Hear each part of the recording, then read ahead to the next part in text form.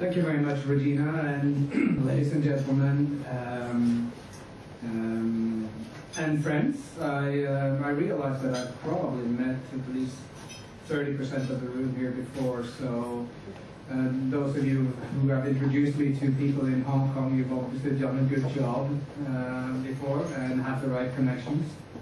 I'm very happy to be here, and I will give you sort of a broad picture of what's going on in the world of IP, and some of my perspectives of what I think would be phenomenal opportunities for Hong Kong. And then I can take some questions afterwards. I won't go into too much detail, and you'll find that the presentation I'll give is totally different than the one you have printed out. So I keep my IP protected. but I've been assured that it will be made available on the Cervantes website, and so you can download it if you think it's worthwhile. So like Regina said, my company is called Tynax, and we are a global marketplace for intellectual property and technology. We started the company 6 years ago, what we do is we engage with buyers and sellers of IP and technology around the world and help facilitate transactions. So I'll show you some of the things that we get involved in. So when we talk about IP, I thought this could be sort of a good introductory slide. If you take your average DVD player manufactured in China, you'll see that of the value that comes out of that at a retail price of $32, the Chinese keep $1, and $20 go to the international IP holders. And this is just sort of your average example, but this shows what we're talking about. I think it illustrates quite well. I have to talk about China, obviously, and because I think that is for you the great opportunity. I've stolen this slide from Boston Consulting in China, and I think it very well illustrates what happens in development, the sort of phases they go through. So initially you sort of drive export through costs, and your competitive advantage is cost. And as that disappears, you move into more and more R&D. And then you get to a phase where you sort of get squeezed on margin because you're entering main markets and IP holders go after you. And it's sort of in the phase 3 is where I think China is right now.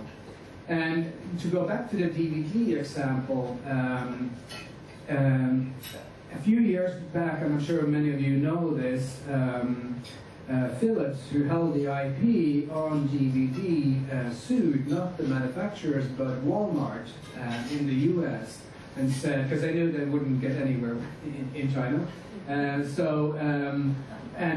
levied a licensing fee on that, and that basically killed in one day 350 manufacturing companies in one day.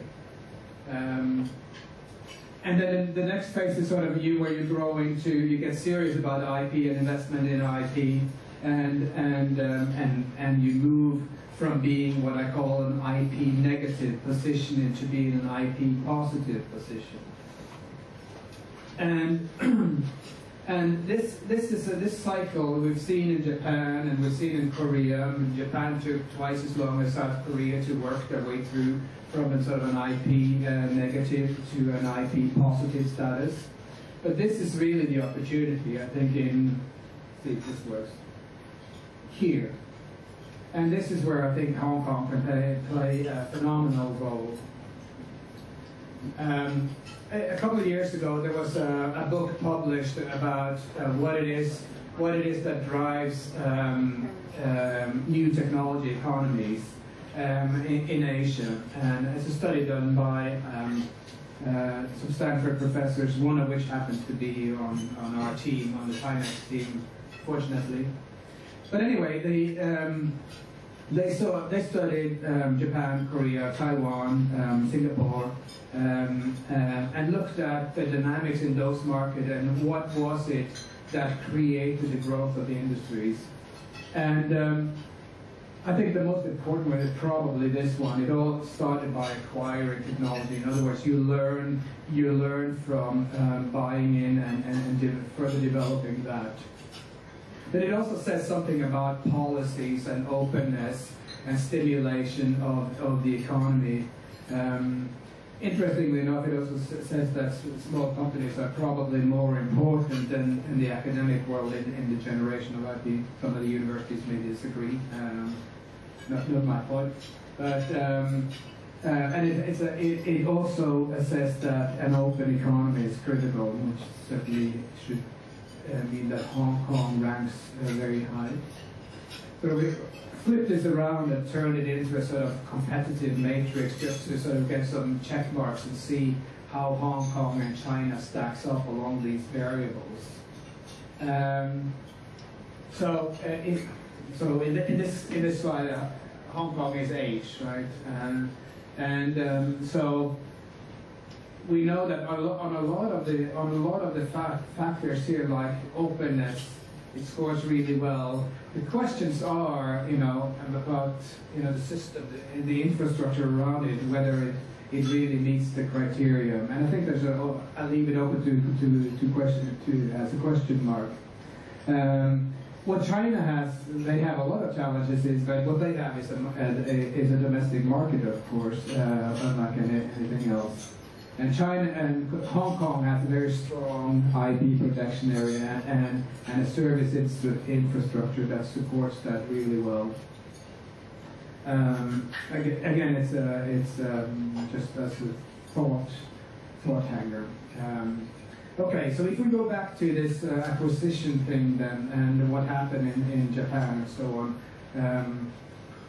Between 1950 and 1970, there was 35,000 licensing deals done between the U.S. and Japan, and this gave rise to the Japan tech industry, and all the big brand names, Canon, Panasonic, Toshiba, and so on, came out of that area, and they basically came out of that from U.S. IP, and when economists look at this, they see that the cost that this had to the companies was just a fraction of what it would have cost them to develop the same thing themselves. So from this we learned that learning by acquiring is both cost effective and necessary. In China, the need may be even bigger. In Japan, the case of Japan, that happened because the FTC in the US, because of antitrust regulation, forced big companies like Xerox and so on to open up their patent portfolios for licensing. And now that's not the case. The case is that there's a financial climate in the world that's opening up patent portfolios and technology portfolios like no time before, as a virtual necessity, really, more than anything else. And this means that there's, in my opinion, enormous leverage opportunities for leveraging these investments that have already been done in R&D from leading companies.